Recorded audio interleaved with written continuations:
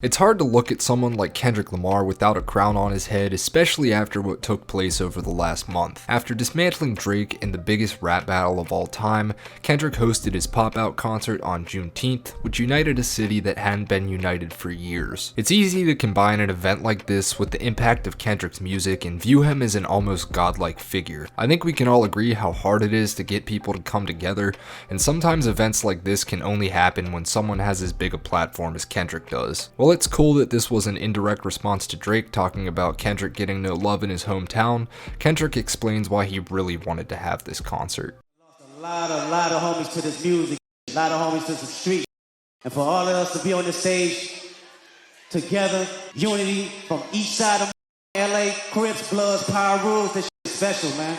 If his words sound familiar, it's because Tupac had the same mission to stop gang violence and unite the West Coast, and it's so poetic that Kendrick achieved this goal that one of his idols had, if not just for a night. In this video, we're going to dissect Kendrick Lamar's legacy, how he tried to save the world only to end up saving himself, and despite all the amazing things he's done, tell you why he is in fact not your savior.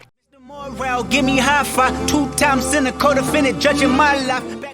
If you've seen my other videos in this series, we usually just dissect Kendrick's music song by song or lyric by lyric, but this time around things will be a little different. We'll still analyze Savior and jump into the lyrics, but this video will be more about the state of hip-hop leading up to this song and how Kendrick ended up here in the first place. To start, we need to go all the way back to 2010. Now, I know some people watching this are very young, including myself as I was just 10 at the time, but you didn't have to be there to know hip-hop was having a bit of a drought. You still had Goliath like Kanye making his beautiful Dark Twisted Fantasy, Eminem, Jay-Z, and Lil Wayne were still popular, Kid Cudi just got put on the map, and Drake was right there with him. Apart from the few artists I just mentioned, mainstream rap was really not in a good place from like 2006 to 2011. Obviously, there were a few classics that dropped, but compared to an era like the 90s and 2010s, there was a huge influx of artists that all sounded the same. These artists were mostly part of the bling era and had very short-lived careers. Until Drake, J. Cole, and Kendrick came around, who else was really that big and stayed big for that long? Lil Wayne, Kanye, and Eminem, if we're just counting popularity, are probably the best answers, but these guys had already been making music for a while. Hip-hop really needed some new blood to come through and bring back that artistry that's showcased on albums we now consider classics. There are albums I like to call gateway albums. I call them this because they perfectly bridge two eras of music together by doing something new and exciting. Examples of this are Charlie by Charlie XCX and OK Computer by Radiohead. In this instance though, I want to talk about My Beautiful Dark Twisted Fantasy by Kanye West. MBDTF kind of worked as the gate opener to allow these newer artists to pass through and elevate their careers, because if it didn't, I don't know if we'd have as clear a transition point between decades as we have now, at least for hip hop. This isn't a video about Kanye, but I felt it was important to highlight the significance of that record for how it affected the 2010s big three. It kind of brought concept albums back into the limelight of hip hop. Shuffle around a bit to 2011, you get Kendrick's Section 80, which was a pretty commercially successful album, but nothing compared to what he'd see later in his career. This album stood out as very good, and people definitely heard the potential, but I don't think anyone was really forecasting Kendrick to become the critically acclaimed artist he is now. Regardless, this album really put lyrical rap back on the map, and hip-hop was headed in the right direction. Before we go any further, let me just say I am not a hip-hop purist. There are a ton of melodic rappers out there I enjoy, and the term real hip-hop is an outdated phrase that doesn't apply to today's landscape of rap. However, going the other way, hip-hop was built on foundations of lyricism, and it's still one of the most important aspects of rap music. I mean, we just saw it in the form of rap beef, in which whoever writes the sharpest cutting lyrics is going to win that battle. While I definitely appreciate mumble rap amongst other subgenres, none of them would exist without lyrical rap first. This goes back to my point that the mid to late 2000s, the bling era really took over, and there wasn't much substance in the music, which is fine for that genre, but when it's the only thing coming out, it's an issue because the entire genre becomes boring. Nobody's innovating anymore. This is why the 2000s in terms of underground rap had so many classics, and apart from a couple mainstream artists, it was one of the weaker decades, at least in my opinion. Fast forward to 2012, this is when things really change and people begin to really follow Kendrick. Good Kid, Mad City is huge, but the most surprising thing is that it's a conscious rap album that broke into the mainstream. Not only is it a conscious rap album, but a concept album too. Albums like this see the limelight all the time now, but in 2012 this was pretty revolutionary for the genre. A lot of people make the comparison that GKMC is the West Coast Illmatic, and I really can't discredit that. When you're being compared to Nas, you've already become a hip-hop legend. After this record, we were in the midst of a hip-hop renaissance, and from here forward, artists were dropping classics left and right. Now, I want to pause for a second before we get to Pimp a Butterfly, but I need to address the Savior title. A lot of people see Kendrick as hip-hop's savior, which is ironic because his whole point on the song Savior is that he wants to be looked at as a normal human being and not put on a pedestal. I don't know if he's always felt that way, or if the pressure from popularity and hip-hop status just took a toll on him over time. I can't imagine releasing something like To Pimp a Butterfly, being labeled the GOAT by some, and then following that up with another album. That's some immense pressure. I think many people feel this way because no one in the mainstream was stepping up the way Kendrick did. Again, plenty of underground rappers were, but none had the status to make an impact the way he could. Not just from a rap standpoint, but from an artistry and commentary perspective. Good Kid, Mad City was Kendrick revealing his personal experience, something many other people like him could relate to, while To Pimp a Butterfly was quite literally him trying to save the world.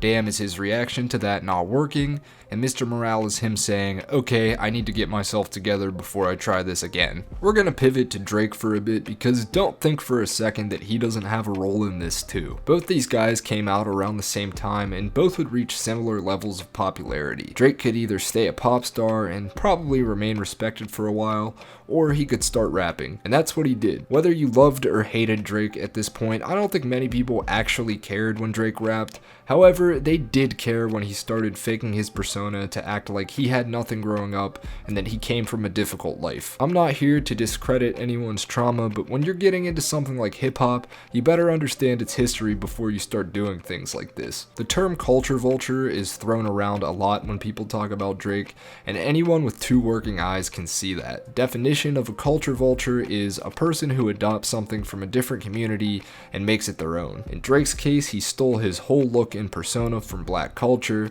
and despite having a black father, let's be honest, Drake grew up white, and there'd be nothing wrong with that if he just acted like it. All of this is just one reason people turned against him. We can also get into the materialism, narcissism, lies, manipulation, but the fact he stole from a culture that has been long oppressed and didn't even try to give back unless it made him look good, I think that's where hip-hop's hatred from Drake comes from. Now, why did I just ramble about Drake for 30 seconds? Well, I promise you it ties into Kendrick's savior theme in the sense that Kendrick saw Drake as not just a threat to hip-hop, but a threat to all the people that listen to him, especially his younger listeners. That's not even a PDF file pun, I'm dead serious. Kendrick wants people to see the greater systemic issues around the world, and all Drake was doing was delaying that for the youth. Drake was the poison, and Kendrick was tired of it, so now he forced Drake into a cage where he'll forever be trapped until he humbles himself. While Kendrick says he doesn't want the savior title, part of me feels like he wanted to cleanse hip-hop of Drake, and if his goal was to get people to stop taking him seriously,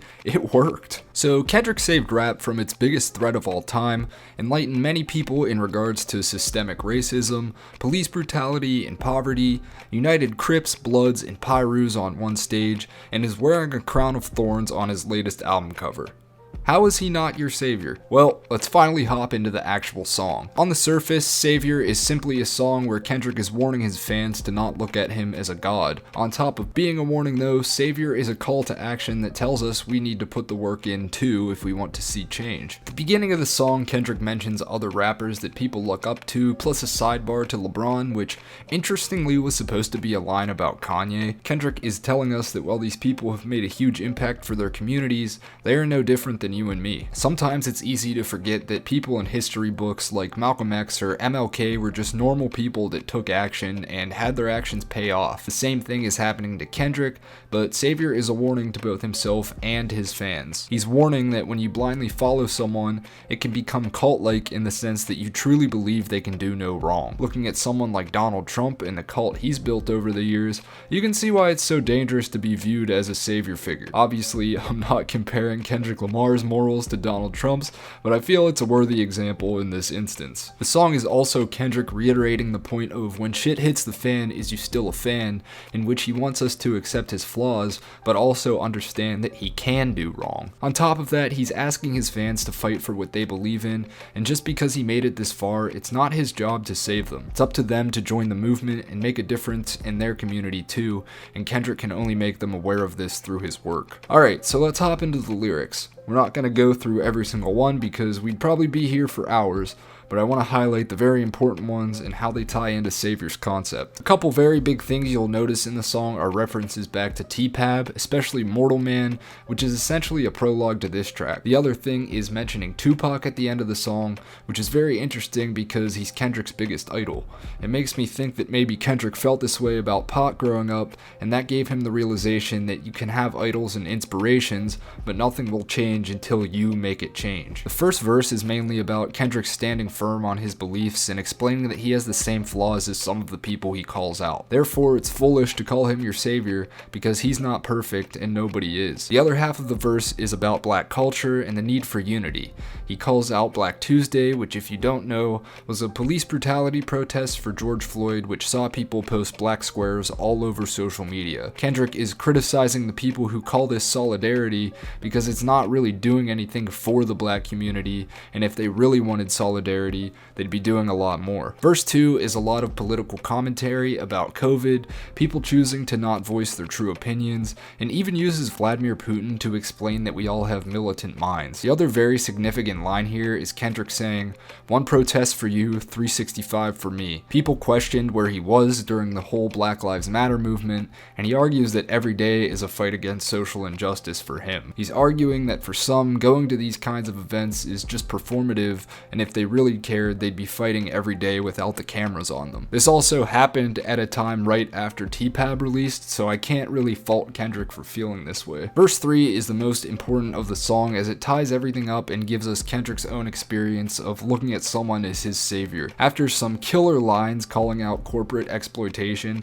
Kendrick mentions Tupac, saying he's dead and you gotta think for yourself. After listening to Mortal Man, it's easy to see how Kendrick viewed Tupac, a savior for the black community. This is him maturing and realizing that even someone as influential as Tupac couldn't stop the cycle of violence within black communities. It takes all of us. Savior is telling you to not look at Kendrick as a messiah or god, however, it is a song asking you to be a teammate for Kendrick's movement. In the first few lines, he's literally asking you for a high five. This is Kendrick's most relevant song because we can tie it into so many of today's events. Instead of waiting for someone to come save us, it's up to us to spread awareness of the world's injustices and be on the right side of history. With what Kendrick did for hip-hop, his community, and the culture as a whole, it's so easy to view him as a messiah, when in reality, he's just another one of us, and that's exactly how he wants it. In a performance at the Glastonbury Music Festival 2 years ago, Kendrick revealed that this is his favorite song on Mr. Morale. He said, "This next record I want to perform is my favorite record off that album. It's the reason, the true meaning of imperfection, and that's beautiful. No matter what you're going through, imperfection is beautiful." With such an electric rapping performance, it's easy to see why this song's so important to him. Like every record we talk about on Mr. Morale, this one is aging extremely well, and it's one to keep an eye on moving forward in all of our lives. Thank you guys so much for watching. Make sure you like and subscribe if you enjoyed this video. My Patreon is also linked in the description, patreon.com/deadpanduke if you'd like to support me there. I also started making weekly playlists just like Jaw Talks Music, so be on the lookout for those in my community posts every Wednesday. Thanks again one more time, and I'll see you guys in the next video.